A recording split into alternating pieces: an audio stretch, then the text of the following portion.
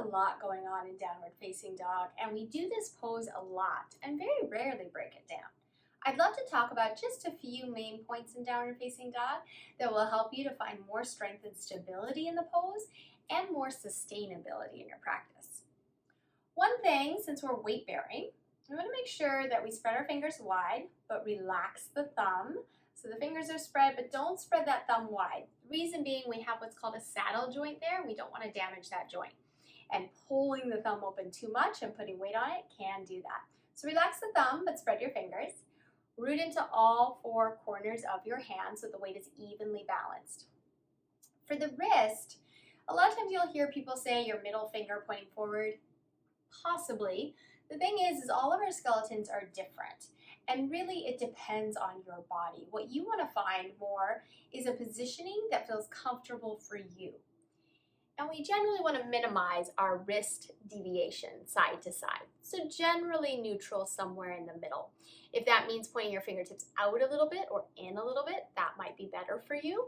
It's not so much about the aesthetics of the pose and the direction that the fingers point. It's more about how does it feel in your wrist. So find a positioning where it feels good in your wrist. And then also think about the elbow and the shoulder. Find a positioning that feels good for that as well. A lot of times we'll hear shoulder width apart, and that really only works for about 10%, maybe 20% of the population.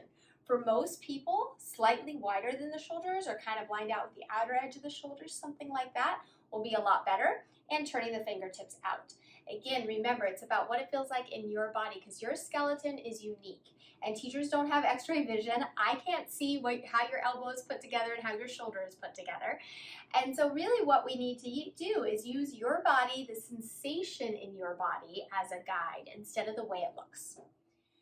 So find a placement that feels comfortable for you. Might be generally wider. For me, this is about as wide as my hands go in downward dog, and my fingers turn out about that much. That's because of the way my elbow is put together. We don't have time to go into that in this particular video, but that also feels a lot better on my shoulders. If people have wider shoulders, going wider is probably going to feel better for them as well.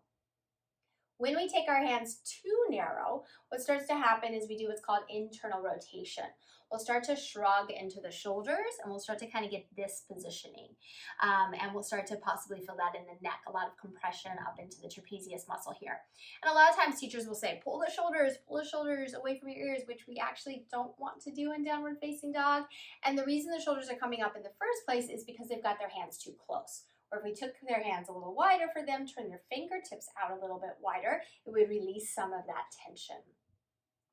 So place the hands where it feels comfortable for you. We do want to focus on a little bit of what's called external rotation or spinning the bicep forward in our downward facing dog, but not so much that we start to feel that in the shoulder as well. It's just a small little movement. We're spinning the biceps forward as we continue to push into that index finger knuckle. Because once we do this rotation, what starts to happen is we start to lift the index finger knuckle, or we start to claw the mat. And again, that will put too much pressure into one particular part of the wrist instead of spreading the weight evenly across the palm of the hand. And then the last thing I want to talk about are the shoulder blades. Again, like I said, a lot of times we'll talk about drawing the shoulder blades away from the ears. We don't want to do that in downward facing dog because of the anatomy of the shoulder joint and the way it works. When we take our arm up over the head, the shoulder blade does lift. It goes into what's called upward rotation. The shoulder blades will slide away from each other. And when it does that, if I reach up and then pull my shoulder blade away from my ear, it could cause impingement. It won't do it for everyone, but for some people it will. And doing downward dog over and over repetitively, pushing into the knuckles, as we'll say, lengthening through the arms, but then trying to pull the shoulder blades away from your ears could damage your shoulder. So we do want to power down into the knuckles and straighten the arms, but don't pull the shoulder blade away from the ear. But what you could think about is drawing the shoulder blades away from each other. And what this does is it activates this muscle called serratus anterior. It kind of pulls the shoulder blades away from each other a little bit. And those shoulder blades, as I mentioned, once we reach our arm up, as if we're reaching for something on a shelf like this position that it is in downward dog, the shoulder blades will move away from each other and up. So that's healthy movement of the shoulder blade when my arm comes up over my head. So in the shoulder blades, we don't want to think about pulling the shoulder blades towards the hips. Instead, think about spinning the shoulder blades away from each other and around towards the armpits as we anchor down into the knuckles. Another great thing I'd love to talk about in downward facing dog that I think is just a fun tip. If you're building up to handstand, a really good rule of thumb is to try to do downward facing dog with good alignment, straight, strong arms for 5 minutes.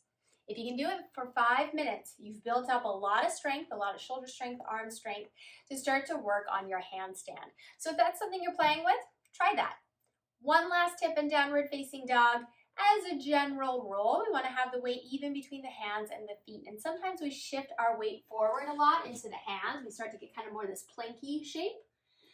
So you want to reach back and lift the hips and find this inverted V position. When we're shifting forward, a lot of times that's happening because the knees are bent because the hamstrings are tight. So instead, bend the knees a little bit more and lengthen a little bit more.